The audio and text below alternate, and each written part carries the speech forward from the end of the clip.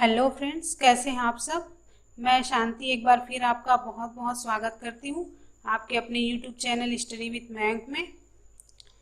और जैसा कि हमने लास्ट चैप्टर में देखा था कि भोजन क्या होते हैं, उनके पोषक पदार्थ क्या होते हैं, तो आज हम चैप्टर 3 देखेंगे। ठीक है, चैप्टर 3। तो चैप्टर 3 में आपके तंतु से वस्त्र तक, मतलब एक धागे से वस्त्र का निर्माण कैसे होता है, ये हम आज जानेंगे। ठीक है, तो चलिए आगे बढ़ते हैं। फ्रेंड्स, जैसा कि आपको पता ही होगा कि हमारे मानव सभ्यता के विकास से पहले, मतलब जब प्राचीन काल में, मतलब पहले जब मानव की सभ्यता का विकास नहीं हुआ था, तो लोग जंगलों में रहते थे। और वो क्या करते थे, बड़े बड़े जो पत्ते हैं, पेड़ के पत्ते, उन्हें अपने कपड़े के रूप में, मतलब उसी को अपने शरीर पे लपेट लेते थे, शरीर को ढकने के लिए, है ना। फिर धीरे धीरे जैसे मानव सभ्यता का विकास होता गया, लोगों ने, मतलब उनके विकास के क्रम में जैसे उन्होंने हथियार बनाना सीखा, उसी तरह से धीरे धीरे उन्होंने कपड़े का भी निर्माण करना सीखा, मतलब खेती करना सीखा। और जिनसे हमें रेशे प्राप्त होते हैं, उनका खेती किया। ठीक है, तो इसी को हम जानेंगे कि वस्त्र कैसे बनाए जाते हैं और किससे बनते हैं। ठीक है, तो हमारा पहला पॉइंट है 3.1, वस्त्रों में विविधता। फ्रेंड्स, जैसे कि हमारे भारत में ही अलग अलग राज्य में लोग अलग अलग तरह की कपड़े पहनते हैं। जैसे कि साउथ में देखोगे तो उधर साड़ियाँ पहनी जाती हैं, नॉर्थ में, ईस्ट में, वेस्ट में अलग अलग तरह के कपड़े पहने जाते हैं। और ये जो कपड़े हैं वे अलग अलग मटेरियल से बने होते हैं, जैसे कि सूती से, रेशम से, ऊन से और पॉलिस्टर से। तो ये जो हमारे वस्त्र हैं वो इन चीज़ों से बने होते हैं। ठीक है, और ये जो सूती, रेशमी, ऊनी और पॉलिस्टर वस्त्र होते हैं, वो क्या है हमारे लिए, हमारे शरीर को ढकने के लिए है। ठीक है, और ये जो वस्त्र हैं, जो कपड़े हैं, वो तागों से मिलकर बने होते हैं, जिन्हें तंतुओं से बनाया जाता है। मतलब ये तागे मतलब धागा, एक धागे को ही तागा बोला जाता है। तो एक एक धागे से मिलकर कपड़ा बनता है। और ये जो धागा है वो किससे मिलकर बनता है, वो तंतुओं से मिलकर बनता है। बहुत सारे तंतु आपस में मिलकर धागे का निर्माण करते हैं। ठीक है, तो आगे हम कुछ कपड़े देखते हैं, कपड़ों के प्रकार। जैसे कि ये दिख रहा है आपको, सूती वस्त्र, ये रेशमी वस्त्र, बहुत चमकीला सा होता है, बहुत मुलायम होता है। पॉलिस्टर, और ये भी सूती है एक तरह से, पर ये थोड़ा झीना है। अब आगे और देखते हैं किस प्रकार के कपड़े होते हैं। आजकल ये नायलॉन, एक्रिलिक बोलते हैं, इनसे भी कपड़े बनाए जाते हैं। पर ये जो है ये हमें धागों से प्राप्त नहीं होते, इसको रसायनों से बनाया जाता है। ठीक है, तो चलिए आगे बढ़ते हैं। आगे क्या है देखते हैं। आगे हमारा दूसरा पॉइंट है 3.2, तंतु। तो अब हम ये जानेंगे कि ये तंतु होता क्या है, ये किससे मिलता है हमें। ठीक है, तागों की पतली पतली लड़ियां और अधिक पतली लड़ियों से मिलकर बनी होती है, जिन्हें तंतु कहते हैं। मतलब जो ये जो धागे हैं वो पतली पतली लड़ियों से मिलकर बने होते हैं। मतलब धागे के अंदर और पतली पतली संरचना होती है, जिनको लड़ियां कहते हैं। ठीक है, और इन लड़ियों से मिलकर धागा बनता है।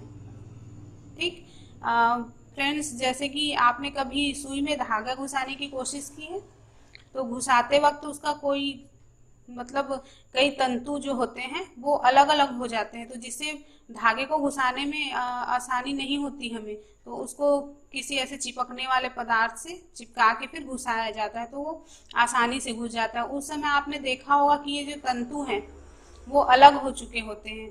ठीक है, तो जो हमें वो अलग हुए हुए दिखाई देते हैं वही तंतु कहलाते हैं। ये एक उसका उदाहरण था छोटा सा। अब ये जो तंतु है वो कहाँ से प्राप्त होते हैं, तो तंतु हमें प्राकृतिक रूप से मिलते हैं, उन्हें प्राकृतिक तंतु कहते हैं। कुछ वस्त्रों जैसे सूती, जूट, रेशमी तथा ऊनी के तंतु पादपों तथा जंतुओं से प्राप्त होते हैं, इन्हें प्राकृतिक तंतु कहते हैं। जो हमें प्राकृतिक रूप से मिलते हैं उन्हें प्राकृतिक तंतु कहते हैं। मतलब जो हमारे द्वारा बनाया नहीं जाता, जो पेड़ पौधों में उगते हैं उनको प्राकृतिक तंतु कहते हैं। और जो जंतुओं से प्राप्त होते हैं जंतुओं से प्राप्त होते हैं उन्हें भी प्राकृतिक तंतु ही कहते हैं, क्योंकि वो उनके शरीर से लिया जाता है। तो पादपों से प्राप्त तंतु कौन कौन से हैं? तो ये रुई, रुई हमें कपास से मिलता है। जूट, जूट से भी कपड़े बनते हैं, जो हमें पटसन से प्राप्त होता है। पटसन एक पौधा है जिसके बारे में हम आगे जानेंगे डिटेल में। जंतुओं से प्राप्त तंतु मतलब कुछ तंतु जो हैं वो हमें जंतुओं से प्राप्त होते हैं, जैसे कि ऊन तथा रेशम। ऊन किससे किससे मिलता है? तो ऊन जो है वो भेड़ अथवा बकरी की कर्तित ऊन से प्राप्त होती है। मतलब उनके शरीर के जो बाल होते हैं उनको काट कर ऊन बनाया जाता है, ठीक है। और ये जो रेशम है वो कहाँ से प्राप्त होता है? तो ये भी हम आगे जानेंगे। और जैसे खरगोश, याक तथा ऊँटों के बालों से भी प्राप्त किया जाता है। मतलब कई जगह जो खरगोश और जहाँ जैसे कि लद्दाख वगैरह वहाँ पे याक देखने को मिलता है, ठीक है। और राजस्थान में ऊँट, तो उनके जो बालों से क्या प्राप्त करते हैं? ऊन मिलता है हमें, उससे ऊन बनाया जाता है, ठीक है। आपने पश्मीना बकरी का नाम सुना होगा, जिससे काफ़ी मुलायम ऊन मिलता है और वो फेमस भी है बहुत। और वो कहाँ मिलता है? कश्मीर में मिलता है, ठीक है। इस तरह हमने देख लिया कि अनेक प्रकार के जो ऊन हैं वो अलग अलग मतलब राज्यों में पाए जाते हैं स्पेशली, ठीक है। अब हाँ, हम यहाँ पे रेशम के बारे में जानेंगे कि रेशमी तंतु रेशम कीट कोकून से खींचा जाता है। जो रेशम कीट है उसका पालन किया जाता है फार्म में, और रेशम कीट के पालन को क्या बोलते हैं? सेरीकल्चर बोला जाता है। तो जो रेशम कीट का कोकून होता है उससे बिल्कुल पतले महीन धागे के रूप में खींचा जाता है, और उससे फिर रेशमी साड़ियाँ वगैरह और अनेक प्रकार के वस्त्र बनाए जाते हैं, ठीक है। आगे बढ़े, समझ में आया आपको? अब हमने प्राकृतिक रेशे देख लिए, और ये नेक्स्ट पॉइंट है संश्लिष्ट तंतु। ऐसे रासायनिक पदार्थों जिनका स्रोत पादप अथवा जंतु नहीं है। मतलब कुछ रासायनिक पदार्थों से प्राप्त बनाया जाता है इनको। इनको हमें पेड़ पौधों से नहीं मिलता, ये ना ही जंतु से मिलता है। इनको रासायनिक पदार्थों से निर्मित किया जाता है। ऐसे तंतुओं का निर्माण किया जाता है, इन्हें संश्लिष्ट तंतु कहते हैं। मतलब मानव निर्मित तंतु होते हैं ये। और वो जो हमने ऊपर देखा वो क्या है? प्राकृतिक तंतु है। और ये क्या है? मानव निर्मित तंतु है, ठीक है। इसके उदाहरण क्या है? तो पॉलिएस्टर, नायलॉन और एक्रेलिक है। आप ये आजकल के जो फैशनेबल कपड़े हैं, मतलब जो जीन्स वगैरह हैं, वो भी धागे से ही बनाए जाते हैं। परंतु कुछ ऐसे कपड़े भी आजकल बनाए जा रहे हैं, मॉडर्न जमाना है, जो कि पॉलिएस्टर, नायलॉन और एक्रेलिक से बने होते हैं। आपने देखा है? आप कमेंट करके बताइए मेरे को कि क्या क्या है जो इन मतलब संश्लेषित तंतुओं से क्या क्या और बनते हैं, कौन कौन से कपड़े बनाए जाते हैं, ठीक है। हमने ऊपर तागा या धागा जिसे बोलते हैं उसे उसके बारे में पढ़ा था। तो ये जो धागा है वो आप देख रहे हो, ये पूरा जो धागा है ये, हाँ। और ये जो इस धागे से एक खींचा हुआ बिल्कुल पतला सा जो महीन ये जो दिख रहा है वो तंतु कहलाता है।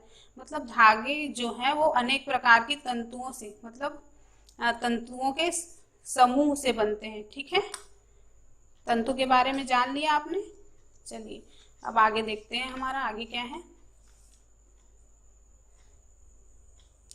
यहाँ पे हमारा अगला पॉइंट है 3.3 कुछ पादप तंतु।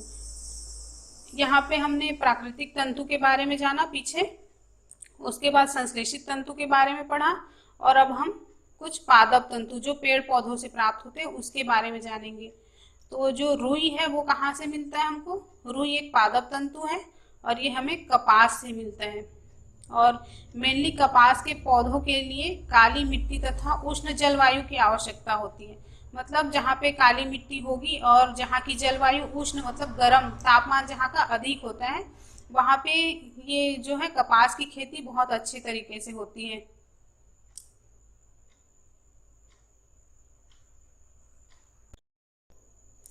फ्रेंड्स, क्या आपको पता है कि महाराष्ट्र में कपास की खेती बहुत अधिक होती है।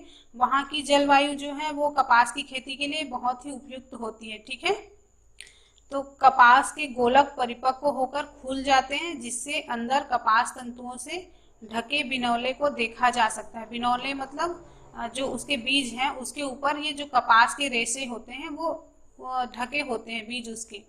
इस समय खेत कपास के परिफुल्लो रवों से श्वेत हो जाता है। मतलब आप अगर कपास के खेतों को देखोगे तो क्या है, वो बिल्कुल सफेद, जैसे कि बर्फ गिरा हो, जैसे पूरी तरह से बर्फ से ढका हो, ऐसे दिखाई देता है।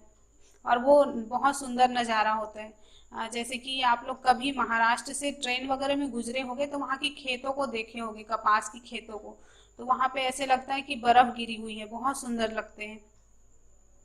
साधारण इन कपास बालों से कपास को हस्त चयन द्वारा प्राप्त किया जाता है। जब ये जो कपास है उसके पुष्पन हो जाती है उसमें, और जो ये बिनौले बन जाते हैं जो नींबू के आकार के होते हैं, मतलब सामान्यतः छोटा सा गोला होता है, तो ये जो बिनौले हैं उसके कपास के फल हैं वो पक जाते हैं, तो इनको कपास के बालों को हस्त चयन द्वारा, मतलब हाथ से चुन लिया जाता है। ठीक है, और इसको चुनने के बाद फिर उसको आगे धागा बनाने के लिए आगे भेजा जाता है। ठीक है, तो देखते हैं आगे और क्या क्या किया जाता है धागे बनने के क्रम में। अब है कपास ओटना। कपास से बीजों को कंकतन द्वारा पृथक किया जाता है। इस प्रक्रिया को कपास ओटना कहते हैं।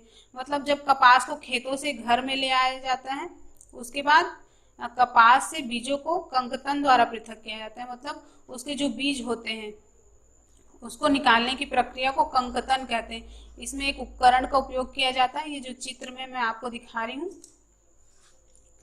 कपास को कैसे अलग किया जाता है, ये कपास है, तो इसको कैसे अलग करेंगे, देख रहे हो आप, ये कपास के फूल, मतलब जो इसको बिनौले जो बोलते हैं वो है, उसको एक लकड़ी के फ्रेम की तरह एक उपकरण होता है जिसमें ये जो छोटी छोटी कीले जैसे दिख रही हैं उसके ऊपर उसको रख के एक प्रक्रिया द्वारा उसके बीजों को अलग किया जाता है। इसे कपास ओटना कहते हैं।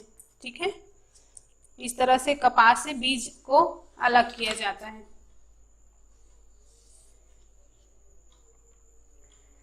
अब हमने कपास से कैसे धागा निकाला जाता है वो देख लिए। अब हम आगे देखते हैं कि जूट क्या होता है। जूट को पटसन बोला जाता है। पटसन तंतु को पटसन पादप के तने से प्राप्त किया जाता है। मतलब पटसन का एक पेड़ होता है, मैं आगे चित्र में दिखाऊंगी आपको उसका पौधा कैसा होता है, उसको तने से प्राप्त किया जाता है। जैसे कि हमने कपास को उसके फूल या फल बिनौले से प्राप्त किया, उसी प्रकार पटसन को उसके तने से प्राप्त किया जाता है। इसके फूल फल से कोई मतलब नहीं होता। ठीक है, भारत में इसकी खेती वर्षा ऋतु में की जाती है। प्रमुख रूप से पश्चिम बंगाल, बिहार, असम में उगाया जाता है। तो ये जो पटसन है उसको वर्षा ऋतु में, मतलब बारिश के दिनों में इसकी खेती की जाती है, और पश्चिम बंगाल, बिहार, असम में उगाया जाता है। जो हमारे किस साइड के हैं ये, पश्चिम बंगाल, पश्चिम की साइड में जो राज्य है उधर पटसन की खेती खूब की जाती है। और क्या बोलते हैं, फसल को पुष्पन अवस्था में काटते हैं। तने को कुछ दिन जल में डुबोकर रखा जाता है। तने के गल जाने पर पटसन तंतुओं से हाथों द्वारा पृथक कर लिया जाता है। मतलब जो पटसन की खेती है उसको पुष्पन के दौरान जब उसमें पुष्प लग जाते हैं तब उसको काट के ले आया जाता है। उसके बाद इनके तनों को, मतलब जो काट के तना लाया गया है उसको पानी में डुबा के रखते हैं। जब उसके ऊपर का जो तना है वो सड़ जाता है तो इसके जो तंतु हैं उसको अलग कर लिया जाता है। अब मैं आपको दिखा रही हूँ कि पटसन का पौधा होता कैसे है। तो ये देख रहे हो आप चित्र, ये पटसन का पौधा है। फ्रेंड्स, आप कमेंट करके ये बताइएगा कि असम की और कौन सी चीज़ प्रसिद्ध है, कि वहाँ पे कौन सी और खेती की जाती है। ठीक है, आप मुझे कमेंट करके बताइएगा।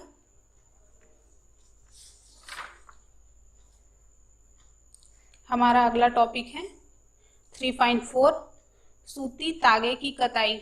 हमने देख लिया कि कपास से कैसे धागा मतलब रुई निकाला जाता है, पटसन से कैसे तंतु अलग किए जाते हैं, ये हमने जाना। अब आगे देखेंगे कि इन तंतुओं से धागे कैसे बनाए जाते हैं, ठीक है, इसकी कताई कैसे की जाती है। रेशों से तागा बनाने की प्रक्रिया को कताई कहते हैं। जो हमें ये कच्चा पदार्थ मिला है उससे हम अब कुछ प्रोसेस करेंगे, उसके बाद रेशे से धागा बनाया जाएगा, ठीक है, इस प्रक्रिया को कताई कहते हैं। कताई के लिए रुई के एक पुंज से रेशे को खींचकर ऐंठते हैं। ऐसा करने से रेशे पास पास आ जाते हैं और तागा बन जाता है। फ्रेंड्स, आप ये देख रहे हैं, ये एक रुई से बनाया हुआ धागा है। तो इसका एक पुंज लेके हाथ से इसको इस तरह से ऐंठते हैं, मतलब इसको इस तरह से ऐंठा जाता है और धागा बन जाता है, ठीक है। इसके लिए कौन से उपकरण का उपयोग करते हैं? कताई के लिए तकली और चरखा का उपयोग किया जाता है। एक तकली होती है, उसमें ये धागे जो कपास के जो रेशे हैं वे खींचने से लिपटते जाते हैं और धागा का निर्माण होता है। और मैं एक चरखा का भी डायग्राम बनाई हूँ जो आपको दिखा रही हूँ। ये चरखा है, आप लोग जानते हो महात्मा गांधी चरखे के लिए प्रसिद्ध है। उन्हीं के द्वारा इस चरखे का उपयोग किया जाता था बहुत पहले, आज़ादी के समय, और उन्होंने ही इस चरखे को बहुत मान्यता दिलाई है ना। तो इस चरखे से धागे का निर्माण किया जाता है। अब आगे देखते हैं, आगे और क्या है। आगे 3.5 तागे से वस्त्र। अब हमने देख लिया कि धागा कैसे निकाला जाता है। आगे देखेंगे धागे से वस्त्र कैसे बनाया जाता है। वस्त्र मतलब कपड़े। तो इसकी एक विधि है बुनाई। बुनाई के द्वारा धागे से वस्त्र बनाया जाता है। तागे के दो सेटों को आपस में व्यवस्थित करके वस्त्र बनाने की प्रक्रिया को बुनाई या वीविंग कहते हैं। मतलब ये मैं चित्र में दिखाऊंगी आपको। वस्त्रों की बुनाई करघों पर की जाती है। ये करघे या तो हस्त प्रचालित या विद्युत प्रचालित होते हैं। तो ये देख रहे हो आप, ये एक सिंपल धागा है। तो इन दो धागों को इस तरह से, ये वर्टिकल और हॉरिजॉन्टल दो तरह से व्यवस्थित किया जाता है और इस प्रक्रिया को वीविंग कहते हैं, ठीक है। और इस तरह से ये तो बहुत काफ़ी बड़ा दिख रहा है, पर जो कपड़े होते हैं उसमें ये सब, ये जो डिब्बे दिख रहे हैं आपको, ये बिल्कुल पास पास सटे हुए होंगे, ठीक है। तो इसे ही वीविंग कहा जाता है। और हस्तकरघा या हाथ करघा, मैं चित्र दिखा रही हूँ आपको, ये देखिए, ये हाथ करघे का चित्र है। इसमें धागे को इस तरह से व्यवस्थित किया जाता है और एक प्रक्रिया द्वारा इसको चला के क्या बनाया जाता है, वस्त्र बनाया जाता है।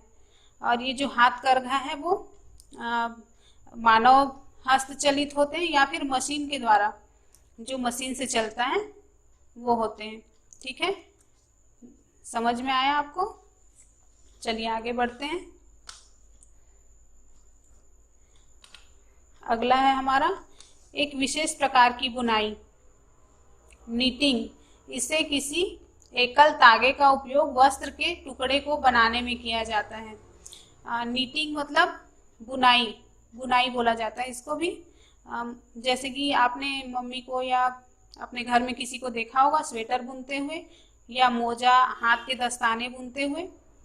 तो ये क्या है, एक एकल धागा से पूरे कपड़े को बुना जाता है, ठीक है। ये ऊन का गोला है और इससे इस सलाई पे फंसा के स्वेटर बुना जाता है। ये देखे हो आप लोग कि कभी स्वेटर का एक धागा निकल जाता है, वहां से खींचने से पूरा स्वेटर उधर जाता है, या फिर मोजे के एक धागे को खींचने से पूरा मोजा उधर जाता है, देखा है। तो वो क्या है, वो केवल एक धागे से बुना हुआ होता है। और जो वीविंग है उसमें क्या होता है, उसमें धागे के दो सेट होते हैं और इसमें धागे का केवल एक सेट होता है स्वेटर की बुनाई में, ठीक है। चलिए आगे बढ़ते हैं। आगे हमारा है 3.6 वस्त्र सामग्री का इतिहास। अब हम यहाँ पे पढ़ेंगे कि हमारे वस्त्र का इतिहास क्या है। प्रारंभ में लोग वृक्षों की छाल, वल्क, बड़ी बड़ी पत्तियों अथवा जंतुओं की चर्म और समूर से अपने शरीर को ढकते थे। मतलब जब कपड़े का आविष्कार नहीं हुआ था, लोग जानते नहीं थे कि कपड़े क्या है, वस्त्र क्या है, तो उस टाइम पे वो क्या करते थे, पेड़ की छाल से, जिसको वल्क कहा जाता है, और जो बड़े बड़े पत्ते होते हैं उनको अपने शरीर पर लपेट लेते थे। और जैसे कि जंतुओं के चर्म और समूर, मतलब चमड़े से अपने शरीर को ढकते थे। ठीक है। और फिर धीरे धीरे लोग जब सभ्य होते गए तो उन्होंने वस्त्र के निर्माण की जानकारी मिली, उनका ज्ञान बढ़ते गया, और आज देख रहे हो आप लोग एक एक प्रकार के वस्त्र जो आ रहे हैं मार्केट में, वो इस लंबी प्रक्रिया के दौरान गुजर के हमारे सामने हैं। ठीक है। पूर्व में भारतवासी रुई से बने वस्त्र पहनते थे जो गंगा नदी के निकटवर्ती क्षेत्रों में उगाई जाती थी। मतलब पूर्व में, बहुत पहले जो भारत के लोग हैं वो रुई से बने वस्त्र पहनते थे जो कि गंगा नदी के किनारे के क्षेत्रों में उगाई जाती थी। मतलब वही कपास की खेती की जाती थी गंगा नदी के किनारे पहले। अब अगला देखते हैं फ्लेक्स। फ्लेक्स क्या होता है? यह एक पादप है जिससे प्राकृतिक तंतु प्राप्त होता है। जिस प्रकार कपास और पटसन है, उसी प्रकार फ्लेक्स भी एक पादप है, एक पौधा है जिससे प्राकृतिक तंतु प्राप्त होता है। प्राचीन मिस्र में फ्लेक्स तथा रुई की खेती नील नदी के किनारे की जाती थी। मतलब पहले, बहुत पहले मिस्र में फ्लेक्स की खेती की जाती थी। कहाँ पे? नील नदी के किनारे। ये आपके चैप्टर में इसी प्रकार से दिया हुआ है, इसलिए मैंने ये पॉइंट इंक्लूड किया है। फ्रेंड्स, यहाँ पे हमारा थर्ड चैप्टर भी खत्म होता है। आशा करती हूँ कि आपको समझ में आया होगा, और अगर मेरा वीडियो आपको पसंद आया है तो लाइक करिए और शेयर और सब्सक्राइब जरूर करिएगा, और बाकी आपके जो भी कमेंट होंगे वो कमेंट बॉक्स में छोड़िएगा। ठीक है। Okay, bye. Thanks for watching.